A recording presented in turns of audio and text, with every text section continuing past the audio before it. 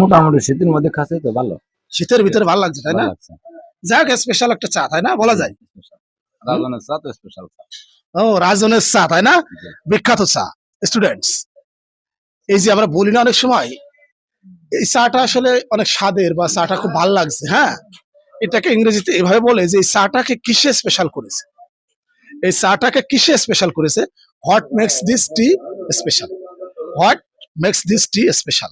তার মানে এই চাটাকে কিসে স্পেশাল করেছে বুঝতে হবে। কিন্তু অনেক সময় এই যে, আচ্ছা রাজন বলছে রুটি তো আসলে অনেক চলে, বুঝলে, এই রুটি আসলে বৈশিষ্ট্য কি, মানে মার্কেটে আসলে এই রুটি অনেক চলতেছে এখন, হ্যাঁ, তো ভিউয়ার্স এই যেটা দেখাচ্ছিলাম, দেখেন এই রুটি আসলে পাবলিক অনেক খায়, অনেক, সবাই পছন্দ করে।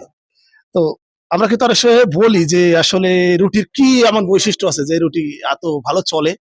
তো এভাবে বলতে হয় অনেক সময় যে এই রুটিটাকে কিসে স্পেশাল করেছে, হোয়াট মেক্স দিস রুটি স্পেশাল, হোয়াট মেক্স দিস রুটি স্পেশাল।